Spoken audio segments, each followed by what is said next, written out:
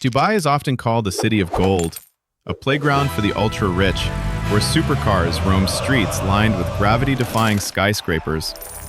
When people see this glimmering skyline, they think they know the answer to one simple question. Where did the money come from? Oil? Oil, they say. It's all oil money. But if you think oil is the foundation of Dubai's money. wealth, you are dead wrong. Today, oil accounts for less than 1% of Dubai's GDP. Not 10%, not 5%, less than 1%. So if the money didn't come from the ground, where on earth did it come from? The story of Dubai isn't just a story of wealth, it's a story of survival. It's a story of a terrifying hunger, a fear of being left behind, and one of the most reckless economic gambles in modern history.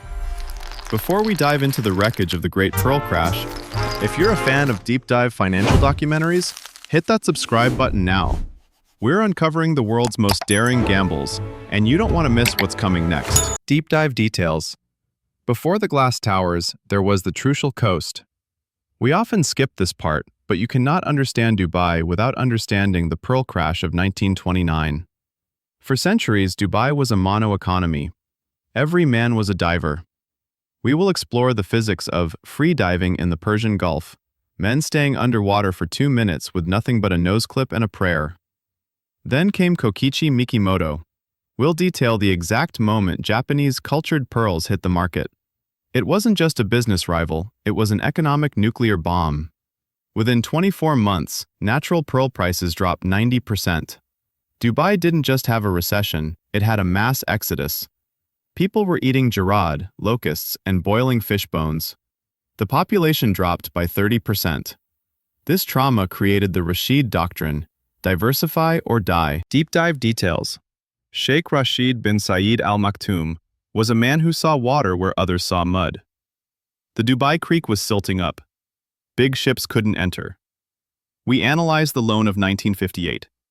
Rashid asked the British for money. They refused. Why?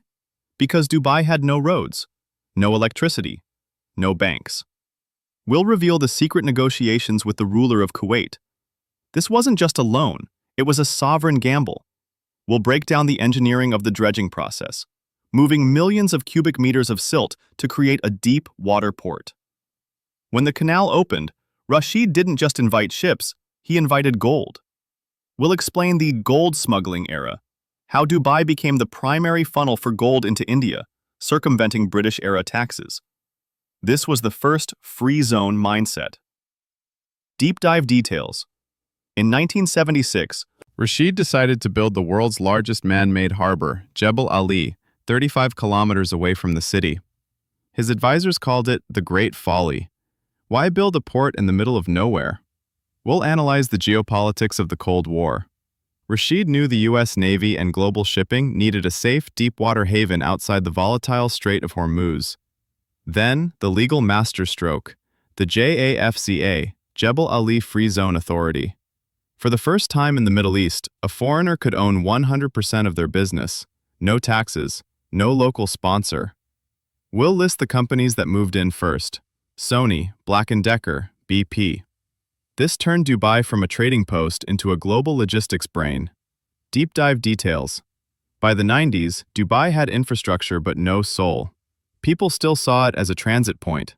Enter the Burj Al Arab. We'll deconstruct the architecture, the V-shaped exoskeleton, but more importantly, the psychology of luxury. The 7-star label was a myth created by a British journalist, and Dubai's genius was not correcting her. We'll talk about the Tiger Woods moment, hitting a golf ball off the helipad. This wasn't a hotel. It was a $1 billion billboard for brand Dubai. Deep dive details. Everything was perfect until the music stopped. The real estate bubble of 2002 to 2008. We'll explain the off-plan flipping culture, people buying apartments that didn't exist and selling them 24 hours later for 20% profit. When Lehman Brothers fell, Dubai's debt-fueled engine seized up. $80 billion in debt. We'll tell the story of the Burj Dubai renaming. On the night of its opening, it was renamed Burj Khalifa, a public thank you to Abu Dhabi for the $10 billion bailout. It was the ultimate humiliation for Dubai's ego, but the ultimate lesson in survival. Deep dive details. How did they bounce back? By realizing that uncertainty is a product.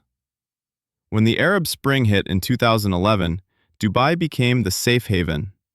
When Russia was sanctioned in 2022, Dubai became the exits. We'll analyze the golden visa and the shift from transient workers to long-term residents. They are now importing the only resource that can't be mined: human brains. Sheikh Rashid's famous quote about the camel and the Mercedes isn't just a warning, it's the operating system of Dubai. As the world moves to green energy, the desert is getting hotter. Can a city built on debt and marketing survive a world without fossil fuels? Dubai is a startup that never reached an IPO. It's always in beta mode. If you stayed with me for all 5,000 words, you're part of the top 1% of listeners. Drop a G-Wagon in the comments to prove it. This was the story of Dubai. And I'll see you in the next deep dive.